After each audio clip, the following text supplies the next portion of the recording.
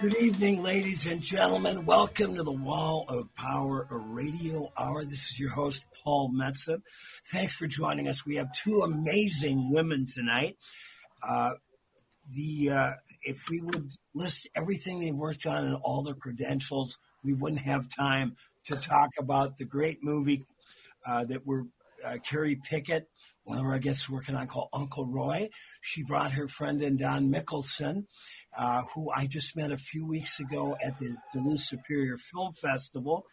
But Carrie was my neighbor when I lived in Northeast Minneapolis for almost 20 years. We got to know each other at Grumpy's Bar. We've had a couple of beers there over the years together. Well, maybe a couple of hundred. But anyway, Carrie is a award-winning photographer and filmmaker. She got her start at the Village Voice in the early 80s. And over the years, between her photography and film, she has won over a dozen awards from such groups as the McKnight Foundation, Jerome Foundation, National Endowments for the Arts, and more. She has three films. One was that I really enjoyed about the history of the ice capades that was out a few years ago called The Fabulous Ice Age. Recently also released one called Finding Her Beat. She'll tell us about that. But we are most excited to talk about her film. She is working to get to the finish line with a Kickstarter program called Uncle Roy. So, Carrie, so good to see you. Why don't you introduce your friend, Don? Don Mickelson is an accomplished filmmaker. She has been making films most of her career, whereas for me, it's my second career. And so I could spend all day talking about all of Dawn's films because the list is so long. And Dawn and I were co-directors of Finding Her Beat. And so we didn't have a working relationship until we made that film. And then we discovered that we really like working with one another and that our strengths suit one another and balance each other out. And so I have asked her to join me with Uncle Roy, and she is producing and editing. Wow. Dawn? Welcome, Don, to the Wall of Power Radio Hour. Nice to see you again. Thank you. Yeah. So you spent a little time working up in Duluth, Minnesota, where I'm recording this show from. Correct. I worked at PBS North for a couple of years. And actually, I went to college up there in the mid-90s. And my first job in this industry was at WDIO, the ABC affiliate in Duluth. So Duluth has all of my work for broadcasters, I guess. Where did you go to college? I went to UMD. Okay. I do have a little WDIO story. There was, now he's in the Minnesota Broadcasting Hall of Fame, Denny Anderson. When I was in junior college in 1975 and 76, which I referred to in my book, Blue Guitar Highway, as high school with ashtrays, we were sitting around one afternoon deciding what to do on April Fool's Day. One thing led to another, and we pied Denny Anderson on the 6 o'clock news on WDIO. How'd you get in there? Back then, all you had to do was call and say, we're high school students and we're working in mass media and we're going to all the television and radio stations in Duluth, and we've got time for one more for your 6 o'clock broadcast. That's hilarious. We waited till the end of the show. They came on a commercial. To give you the time was they were talking about the end of the Vietnam War.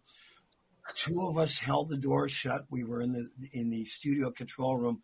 One guy, to show you could not do this, put a ski mask on, took the pie out of a suitcase, and went and got Denny Anderson right in the face at about 6:28, 2 minutes before the end of the broadcast. That's my WDIO story. I do not have as good a story as you do. I will tell you that. I will say Denny, I'm very curious how Denny handled that. I worked with him because he was there for a very long time. But he was an awesome guy. So I'm very curious how he handled that. It's interesting you ask, because was Dennis Anderson, and I grew up in Virginia, Minnesota. He was about 8 years older than me, and we both got started on WHLB radio, which we used to lovingly refer to as "We Have Lousy Broadcasting." And, Dennis went on, and I was on his show, I think when my Blue Guitar Highway memoir came out about 10 years ago. So after the show, I said, Dennis, because the next week on the broadcast, he said, at the end of the 6 o'clock broadcast, said, by the way, thanks for the pie, Chuck. Chuck Christensen was the guy that hit him with the pie. So I asked him 10 years ago, I said, Dennis, how did you ever find out who pied you? And he said, Paul, I'm in the news gathering business. That's great. But anyway, enough about me. Carrie Pickett, tell us where you came from and how you got interested first in photography. Well, I think in many ways, Roy Blakey was an influence on me, although I didn't really know it. I think that his existence as a professional photographer and the fact that he made it as a professional photographer enabled me to know that that was always a path that I could go down. I was in college at Moorhead State University at the time, now Minnesota State University, Moorhead. And a friend of mine was walking across campus and she had this cool camera around her neck. It was a 2.25 Rolleiflex, or maybe it was a Yashica. And I was like, oh my God, look at that camera. That's so cool. And she said, well, if you take a mass communications class, you can rent one of these. And so I signed up for mass communication with a professor named Al Carter. And he was so good that I rented that camera. And after I was on maybe my communications 2 or 3 class, and it was very apparent to me that I was more interested in being in the darkroom than in the classroom, my grandmother, Bertie Pickett, bought me a Nikkormat camera.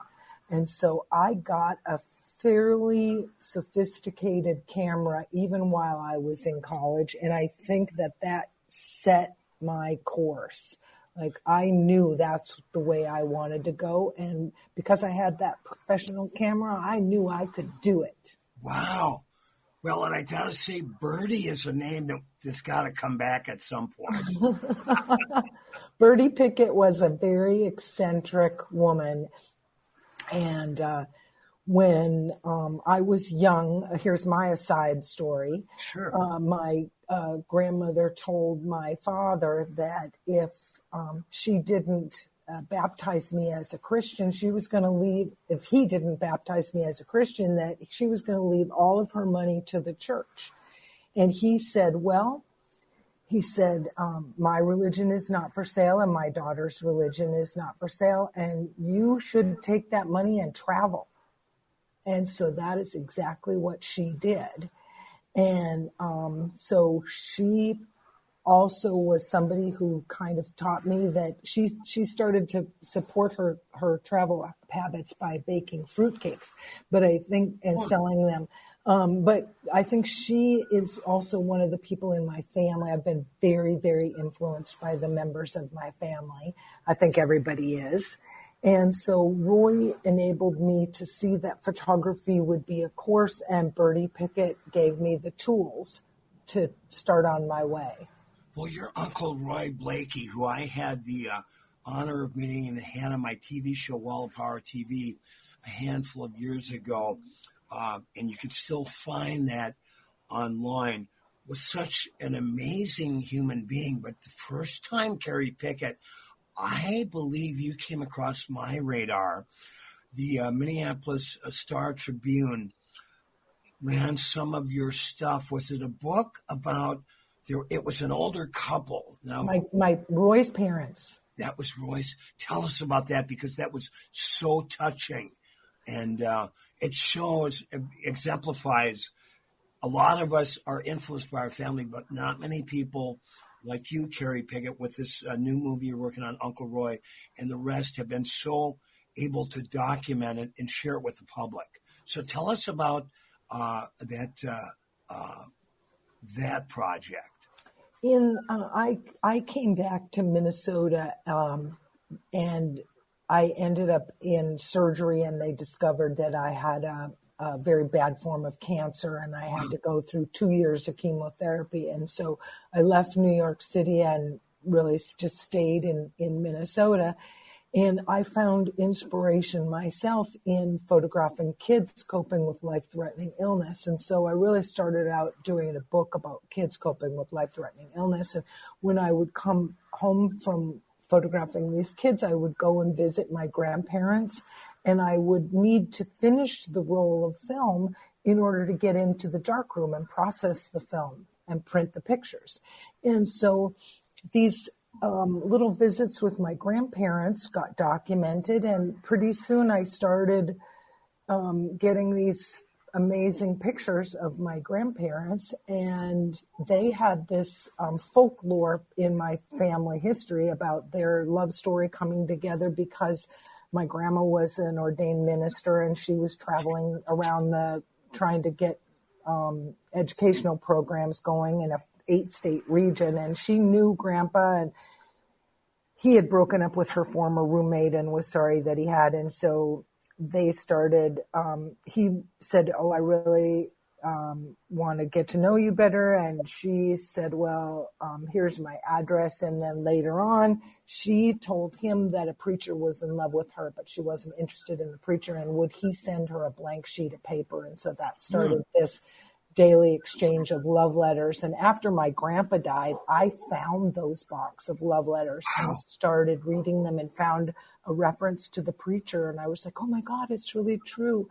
And so I took the letters and my photos from all those ends of the rolls of film, and I created my very first book called Love in the 90s. And that pairs the letters and my photos of them. And that book had a printing of 150,000 copies. Wow. And so that was a good indication to me that others were interested in my family as well. Is it still available? I mean, out of print. Wow. You can buy it on the out of print on Amazon or the out of print places. You can get it for just $5 or $6. Cool. Well, Don Mikkelsen, we're going to be talking more about the great film Uncle Roy. I saw a clip. You guys are in the middle of just started a Kickstarter campaign that we want to really. I've got a couple of dogs here. Dogs. Nothing I can do about it. The film Uncle Roy, and we want to suggest people before we ask Don how she got started in the biz. Let's hit it a couple times.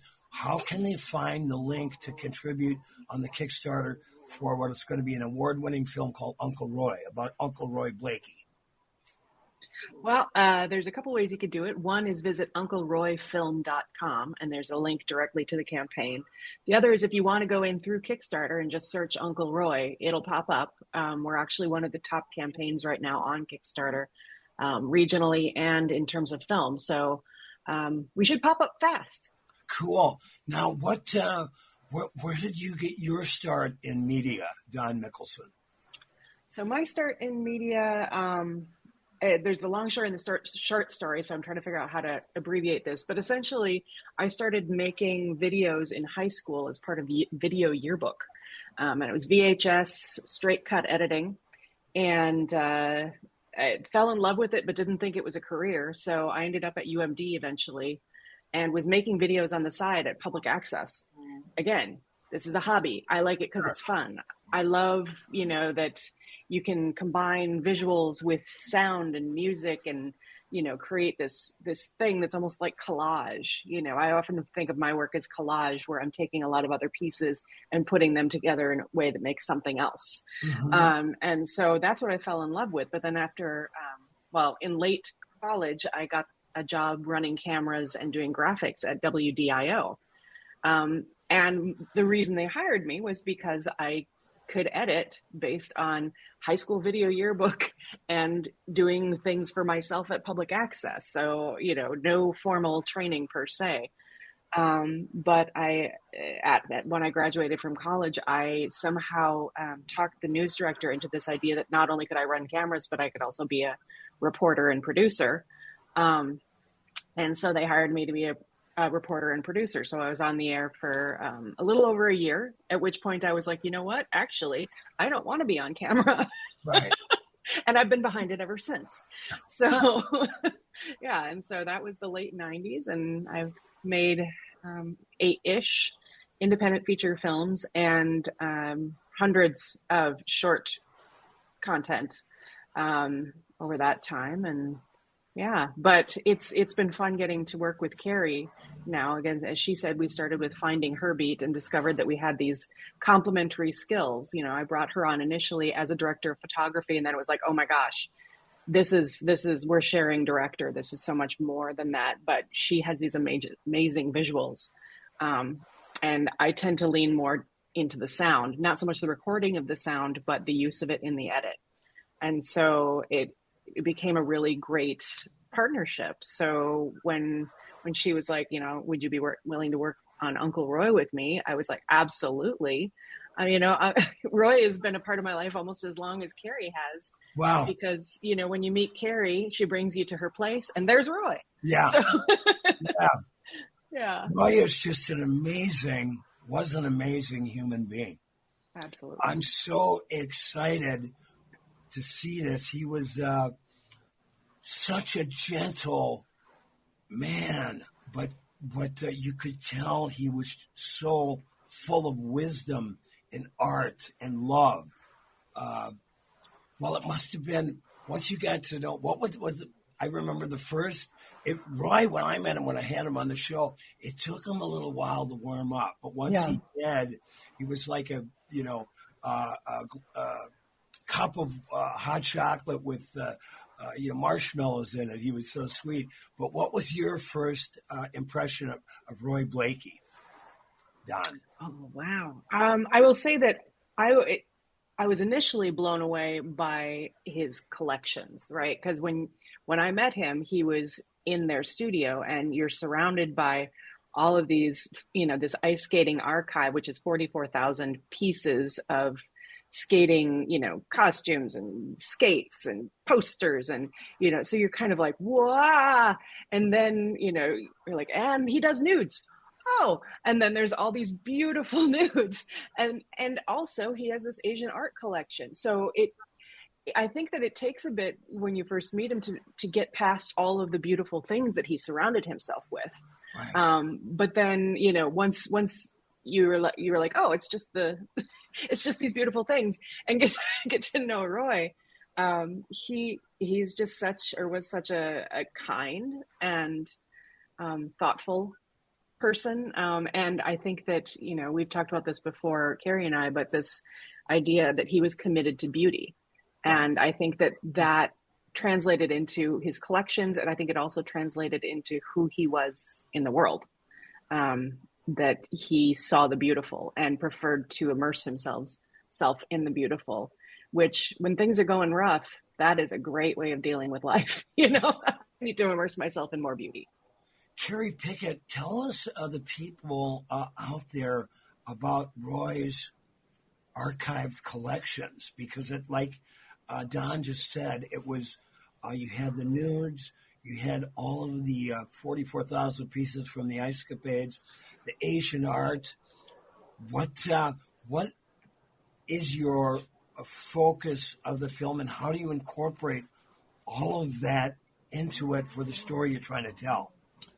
Well, the film Uncle Roy is almost like a sequel to The Fabulous Ice Age, because The Fabulous Ice Age reveals how his archive of this history, which he called the Ice Stage Archive, and it really documents all of the major shows from the first star of the ice shows in New York in 1916, Charlotte, to Sonia Henney and her Hollywood Ice Review, to the formation of the very first touring ice show, which was Ice Follies out of St. Paul, to Ice Capades came on. That was in 1936 that the Ice Follies went to Tulsa, Oklahoma, Roy's birthplace, and thus started the Great American Touring Ice Shows.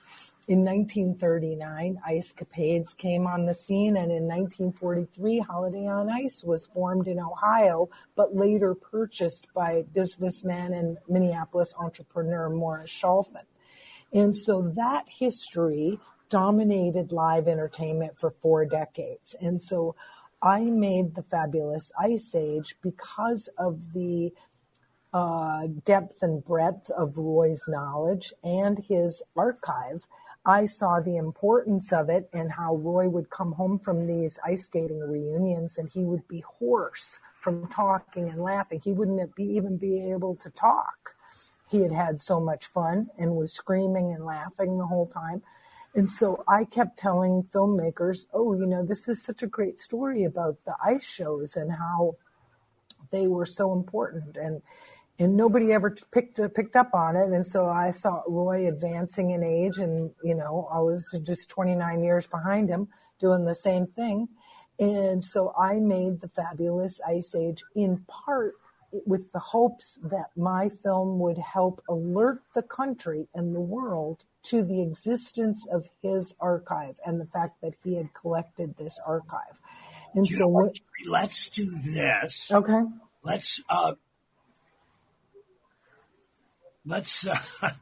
We'll have to do a little edit there, Brett. I'm trying to keep it on the line. Let's play a little clip of Fabulous Ice Age and then get back with Carrie Pickett and Don Mickelson to talk more about this great new project, Uncle Roy. I do want to say, Carrie, I helped you clean out your basement one long day several years ago, and I hope to God Roy's archives were more organized than your basement.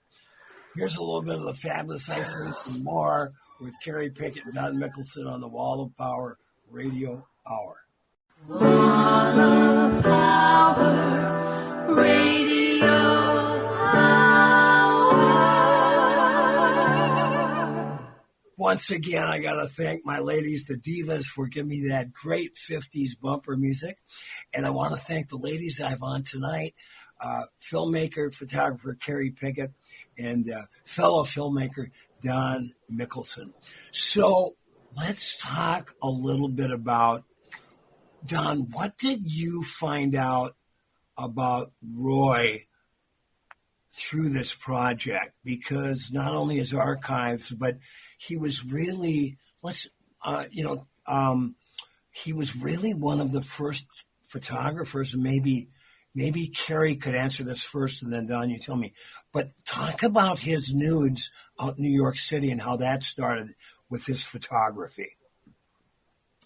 Well, I would think of Roy as somebody who was considered a photographer to the stars in New York City. And he also was somebody, because of his figure skating background and his love of motion and grace and performance, he was very drawn to dance and dancers. And he loved getting assignments from Dance Magazine. And so as he was photographing actors and performers and dancers, I don't know what the first kernel of inspiration was for him, but in the film, he describes how he put an ad in the Village Voice newspaper and offered to trade headshots for nude photography session. And he said that he only ever had to place one ad because after that time, it was really word of mouth. And his pictures were so beautiful that I think people were lining up for the opportunity to be photographed by him. And so he created a book, and it was published in 1972 called He. And just to show you what a pioneer he was, he laid out the book. He did all the graphics himself. He self-published it. He went to the press. He worked, did all the press checks himself. And, this was the time of those Letraset letters where you'd get the letters and you'd... Right. put them down and burnish them onto your paper. Remember all that? Oh, yeah. I mean, it was pre-electronics, okay? And so I could see by that book that he really did a huge push, and he sent them through the mail. He distributed them through the mail. But the amazing thing that I have come to learn is that act alone was revolutionary. And that act of putting that self-published book through the mail was groundbreaking, because right before that happened, there was DSI obscenity trial in Minneapolis, where because in the past a book that was sent that only had male nudes and no females was considered pornography, and it was against the law to mail pornography.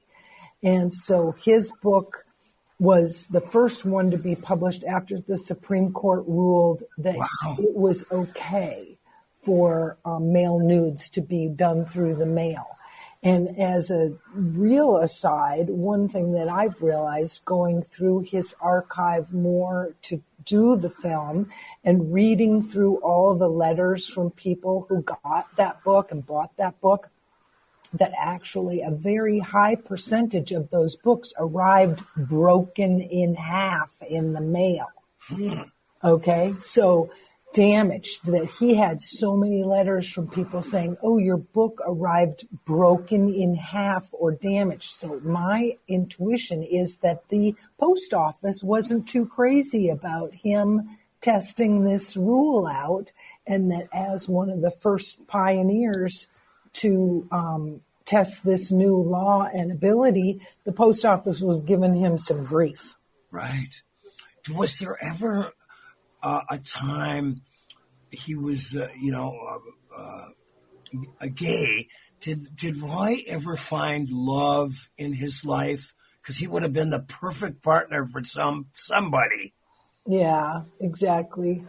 I think that he had some significant relationships, and I think they didn't end well. And it didn't take too long for Roy to go, been there, done that. Yeah. Not too interested in that. And so I think he did have relationships and loving relationships. But I know that it just became something that he was just like, no, I got better things to do. I don't want my heart broken again. I think he experienced heartbreak. You know, it's funny when you were talking about, because we've all, as independent artists growing up, and I'm a little older than you guys, we did, I went through cassettes and various forms of how to put your record out. But when you mentioned putting the book out, Carrie, I am holding in my hand a card. Paul and Christian, my folk group, when I was in 7th grade, we thought we were the Paul. We thought we were the Simon and Garfunkel of the Iron Range. I made this card in 7th grade print shop under the tutelage of Carl Ruthenbeck. So I know that's my own little journey through mass media. Yeah. And enough about my tattered life. Don Mickelson, once you got to know Roy, what were you as amazed by him as I was? Oh, absolutely. I mean, I've entering his space. Obviously, there's all these beautiful things, but he himself, when you first meet him, and I think you mentioned this, it comes off as is quiet and shy for quite a bit, and so to really be able to dig into who he was, and frankly, in the film, who he was to his family and who he was to Carrie, where, you see that footage of him where he doesn't need that time to warm up. He's warm, Right. he's so playful and so kind. And, I think we were actually talking about this earlier today with somebody else, that somebody with that level of creative genius, for lack of a better term, can often, there's also, this world of oh, they're a genius and they're very difficult to work with, and their personality is, so whatever, difficult and mean. And Roy was so humble. And so, he just was doing his thing. And if you liked it, great. But he wasn't out there for this big acclaim and big prestige. He was doing the work because he loved it. Uncle Roy was a rock star. We're going to hear a word from our sponsors and be back with Carrie Pickett, Don Mickelson, and we're going to play a little clip so you can hear Uncle Roy in person. Quite the cat. I called Roy Blakey, and the first thing he said to me was, "How did you know about me?" I said, "You're famous." Roy Blakey is a legend. He was just so wonderful, so magical. Roy Blakey was my best friend. When I was just a little girl, I had a photo that my uncle gave me of himself dressed up as a clown. His first career was as a figure skater, and his second career was as a photographer. I want for him to have a place for his life's work in our lifetime. Hi, my name is Carrie Pickett, and I am the director of the new film, Uncle Roy. Roy Blakey is my uncle, my muse, my best friend, and the inspiration for so many people who love the history of the ice shows, and for people who love photography, and for people who love upbeat people. So I've been working on this film for a couple of decades, and this year, everything became more intense. Back in March, Roy had a seizure, so I stepped in to become his primary caregiver, and he and I had 5 amazing months together. He passed on August 23rd, 2024. I miss him so very much.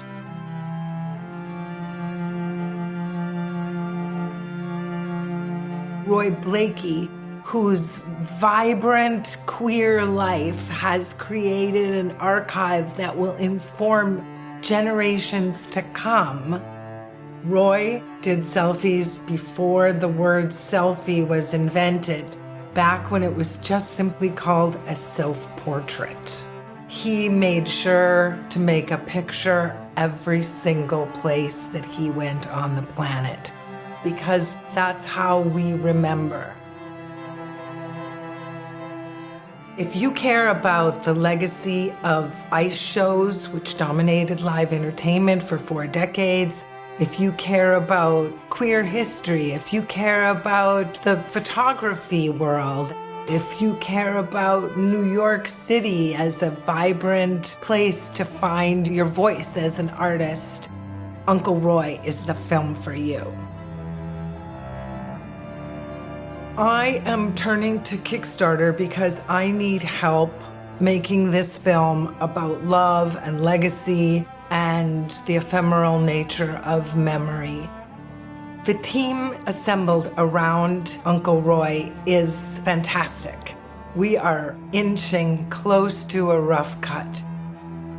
Even if you can only give a small amount, the numbers of how many people are showing up are really going to help show funders that this is a story that people are wanting to see. I've got a whole bunch of amazing rewards. Roy said that I could offer his mail nudes, books, the film when it's finished, experiences like coming to the premiere. My life is so much better because of Uncle Roy, and I believe others will feel the same way. Please join us in making Uncle Roy a film to remember.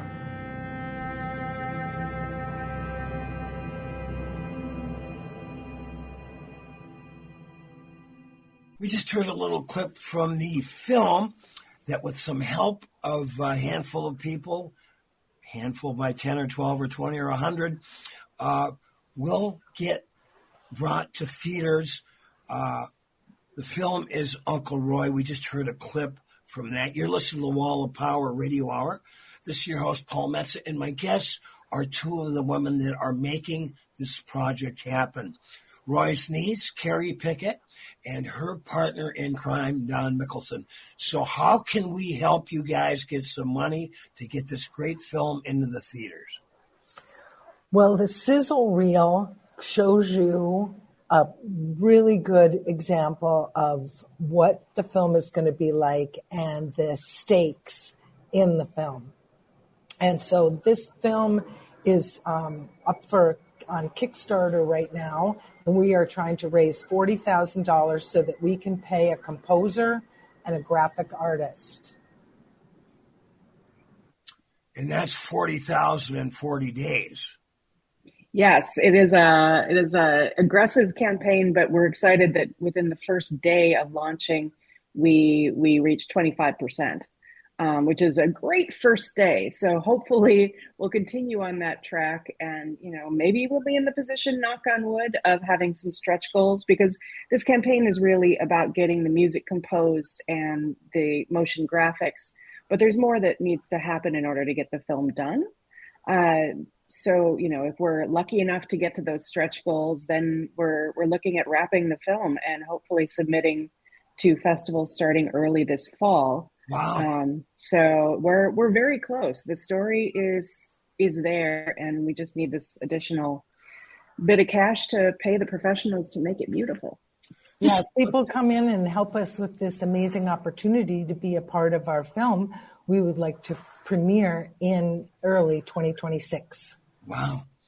Well, people can track down, if they want to know a little bit more about Roy, than they don't get from the sizzle reel. If you go to Wall of Power TV, we hosted Roy, about 4 or 5 years ago, Carrie, something? Yeah.